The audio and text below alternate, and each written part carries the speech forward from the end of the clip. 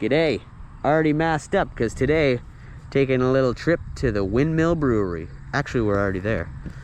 Yeah, that's right. Nice, gorgeous day today. Today's adventure is to the WINDMILL Brewery. I'm gonna show you some cool stuff. I'm not huge on breweries, but some people are. And you know what? This could be pretty cool and educational. Got Gordon with me and his fiance. Let's see what's going on. They're already in there. Let's see. Let's learn something about the WINDMILL Brewery.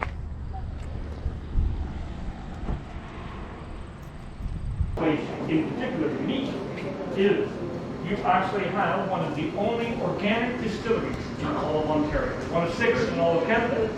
Next door, they do their award-winning spirits. You have the rum, the gin, their vodka, and their moonshine.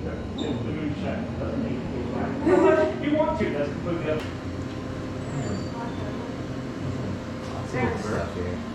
All kinds of souvenirs, and you can get them.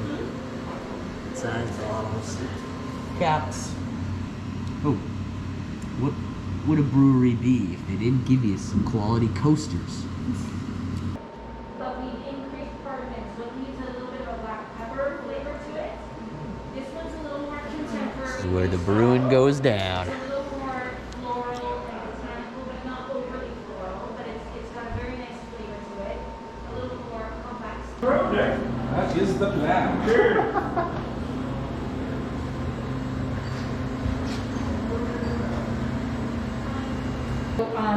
I wouldn't say they're 100% akin to vodka, but this is more akin to vodka. This is basically an unaged whiskey, a white whiskey. These two are aged on oak chips. So that gives them a lot of like a new wood flavor, very pronounced oak, a little bit of the bite from the wood. You're going to notice some of the charry notes a bit more. These are aged in bourbon barrels. So that tends to make them sweeter, a little more caramel, not so much of the new wood kind of impact, just a nice hint of oak with vanilla and that kind of thing. Okay. All right. Well, I thought I overheard something about cardamom. Well, cardamom, yes. So the 3 gins. So this gin is very simple recipe, not overly complex, but the one thing we do is we amp up cardamom. So it ends up giving a nice sort of end with tail with black pepper. So you're going to get a lot of juniper on the nose in the front end, but then it's going to end with more black pepper notes. This one's much more contemporary, so it has a much more complex array of botanicals, and the distiller's focus was really on a blend with turmeric, chamomile, some lavender, and a hint of mint. And so that's really, not a lot of mint, so it's a little bit more diverse, a little bit softer might be the way to describe it. This one's been aged on oak, so it does have that oaky hint to it, not overwhelming like you might get into a whiskey or a rum. But as well, what that does is it mutes flavors, so it tends to mute the juniper, so it's not pronounced. And it tends to highlight things like black licorice and a little hint of cinnamon. Okay. So yeah, so they're very, very different. They're not like they're not the same. They are different gins. Their recipes are not even in the same realm. Well, I'm interested in trying out this cardamom project. Okay, that one sounds like Looks good. I'll give you a little bit. Thank you. What interests you, John? I'll give you a little bit. Oh yeah, I'll take whatever he had. Gin? Gin is good. Gin is good? Okay. There you go. Cheers. Okay, so we're a small batch craft distillery. We make spirits. This is our mash tun over here. So it's a 4,000 liter mash tun. So that means we take a ton of grain or sugar. We mix it with water. If we're doing the grains, the corns and the rye that we use for the base of our products, we're going to put them in here with the water. We're going to have to heat them up because we need to convert the carbohydrate molecules into sugar molecules to get them to ferment. So heat it up and we add an enzyme which helps break down the carbohydrate and convert it into a sugar base. And then we actually pitch the yeast and let it sit and ferment. So it takes anywhere from 3 to 5 days for grains to ferment. The sugar doesn't require the enzyme, so we don't heat it up as much. Just pitch the yeast and let it sit. Sugar takes about 8 to 10 days to fully ferment. So just a different process in terms of how the sugar breaks down.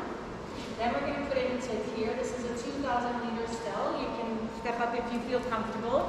This is copper through and through. So inside this is copper. This outside stainless steel is just a jacket for heating. So it's not actually part of the Stuff. cooking process. It does heat up pretty fast. Look at that. Yes, it's warm. And the winter some days we Crazy. Distillation. So everything we start with is a stripping and then a final. So it takes 8,000 liters of mash in order to cook up one batch. 2,000 liter pot. So 8,000 means we have to run strips 4 times. So we put 2,000 liters of mash over here. Everything we do is known as grain-in fermentation. So what that means is we do lager like a beer. We actually leave the grains in and actually put them in the pot to cook up the alcohol even though they're fully fermented. So we fire it up. We're going to heat it up to about 90 degrees Celsius. And what we're going to do is we're going to bypass the columns and go right to The size of this one. It's bigger in circumference. You need stairs to get up to it. Put the stuff in there. That is cool. The mash tun. Mash tun. And then it comes out looking just like this. This is an empty, but there you go. Windmill. Yeah, I just need loads and loads of massive vats. That's right. Just giant vats, that's all you need. Look, the empty vat here. So like she said, these ones over here are used for the beer. Look at the size of those. See right inside this giant vat. I know. Hello. Hello. Hello. Huh.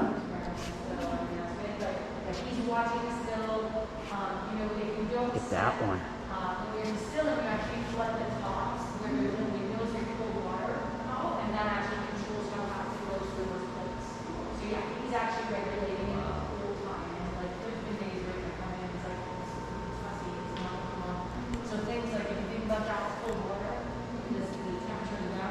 Go through both columns. The reason for that is because vodka is supposed to be predominantly neutral, so we're trying to filter and clarify and create the purest product we can at the highest volume of alcohol. So we strip it, we bypass the columns, go from the pot to the condenser, gather up about 1,800 liters or so of alcohol, that's roughly 35 to 40%, put it back into the still, cook it up again, fire it through depending on the columns, whether we're doing rum and whiskey or whether we're doing vodka, we go through both. It comes out the condenser either way. When we go to make gin, what we do is we take our vodka, we water it down to 40%, put it into the little still over here, and we actually macerate or do an infusion. So if you do a maceration, we're gonna grind up the botanicals, we're gonna put them in the pot, let them sit 24 hours, then we're gonna cook up that macerated vodka combination, and we're going to bypass the columns on that still and just go to the condenser. The still with the columns is capable of making the rum, whiskey, or the vodka, but of course, as you can see, this is a 500 liter pot, that's 2,000 liters, so this makes a lot bigger volume. That makes a lot less, so it's really good volume. Split this barrel and made a table out of it. Organic ground corn. Giant canisters. These ones over here, as the lady mentioned, used for bottling. Those purple things right there. Yep, use that for bottling. Did you know that? I did not know that. Whiskey and oak it, it's usually the oak that adds the extra flavor, that lasts and lingers. So this finishes like a vodka, it's very clean and quick. It's garlic in that vodka. I think we're gonna get some of that and make Caesars later. We do, the minis come in, Maple crabapple cocktail mix. Mixer. And the stuff over here. Oh, no worries. Oh, yeah. The first piece is, I was just going to figure out that Gin. he wanted to taste two of the things before. It's an episode for the drinkers. So you can go over and go through some tasting. Do you know what you want to taste or you want me to describe some stuff? We would want to try the gin and something. These classic drinking jars. You're gonna get hammered. Best drink out of a jar. Alright, and you wanted a 4-pound? Okay. And did you want just the standard thing or did you want Oh yeah, there's a small version. Yeah, I have everything except a few limited songs. That's my PA.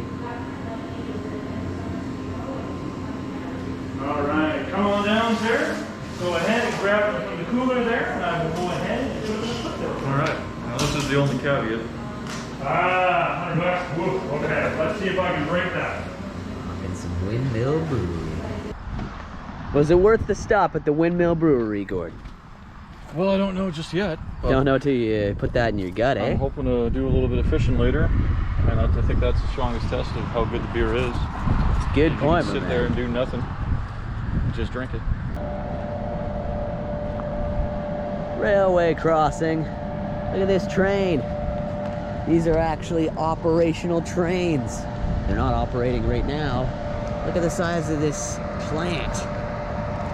Size of this place, right on the water line. That's the bridge to the US. The US of A right there. Cross over and you're in New York. Look at this train. Look at this. This goes on and on and on and on and on. Look at the size of this sucker. Goes way down there. I love trains, man. Figure I might as well come get a. Could get kicked out of here. I don't think we're supposed to be here, but just getting some shots of the train. Get on the track.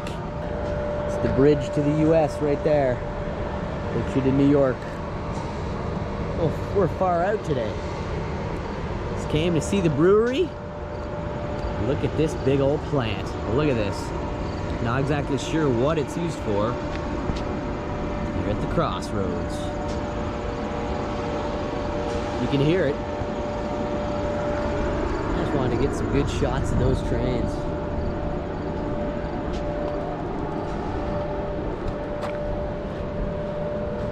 Pretty cool. Pretty cool. Getting right up to the plant. Look at these. Yeah. All aboard. Some big bad trains. Take a quick jaunt between these trains. Look at that place. Not exactly sure what the heck they do here, but master feeds. Do something cool. Love those trains.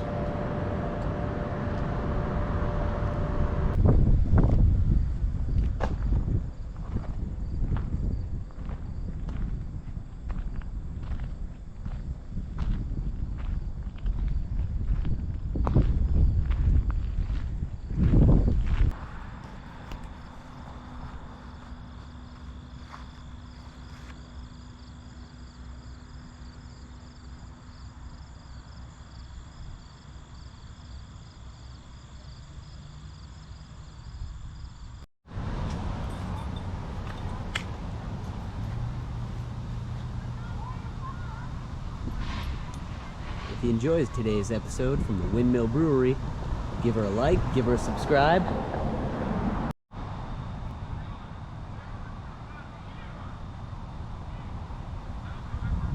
Thanks for joining in today. We'll see you next time. I said like, subscribe, and join us next time. No one knows what we'll be doing.